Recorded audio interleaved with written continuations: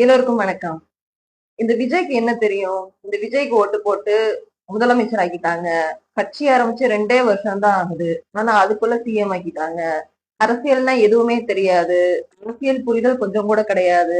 மாற்றம் வேணும், மாற்றம் வேணும்னு மக்கள் இப்படி ஏமாந்துட்டாங்க.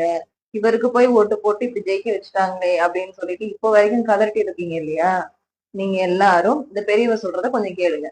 குழந்தை சொன்னா அம்மா அப்பா கேட்பாங்களா? நான் சீரியஸா கேட்கறேன். குழந்தை சொல்லி தான் அம்மா அப்பா போட்டுருக்காங்க. அம்மா அப்பா அறிவு இல்லாம போயிடுச்சுன்னு நினைக்கிறீங்க. அதெல்லாம் போய் அவர் வந்து ஃபவுண்டேஷன் வந்து 2 வருஷத்துல போடல. எல்லாருக்கும் வந்து அது தப்பா நினைக்கிறாங்க. 2 வருஷம் சொல்லிட்டு இருக்காங்க. கட்சி ஆரம்பிச்சு 2 வருஷம் தான் ஆகுதே தவிர ஃபவுண்டேஷன் போட்டு 25 வருஷம் ஆகுது. நீங்க அவருடைய படத்துல நீங்க லைனா எடுத்து பாத்தீங்க வச்சுக்கோங்க. எவ்வளவு வருஷத்துக்கு முன்னாடி ஃபவுண்டேஷன் போட்டுருக்காங்க தெரியும். இந்த ஃபவுண்டேஷன் ஸ்ட்ரெங்தன் பண்ணி அப்புறம் பொலிட்டிக்கல் பார்ட்டியா வந்து ஆரம்பிச்சு அவர் வந்து சிஎம் ஆக்க மக்கள் இந்த வந்து 2 விதமா இருக்கு. ஒன்னு வந்து அவர் வரணும்ட்டு, ரெண்டாவது என்ன இதுல யார் வரக்கூடாதுன்னு டிசைட் பண்ணி அவருக்கு ஓட்டு ஊதுருக்கு. அதனால அவர் வந்து ஜெயிக்கிறது வந்து கொஞ்சம் ஈஸியா இருக்கு. அவர் என்ன கொஞ்சம் ஃபிட்டா போயிட்டு ஒரு சின்ன ஒரு ஷார்டேஜ். ஏன்னா இப்ப நானே சொல்லிடுவேன். நாங்க சொன்ன என்ன சொல்வீங்க? இந்த தற்குறி பேசுது, விஜய்க்கு வந்து ரசிகையா இருந்து பேசுது அப்படின்னு சொல்லுவீங்க.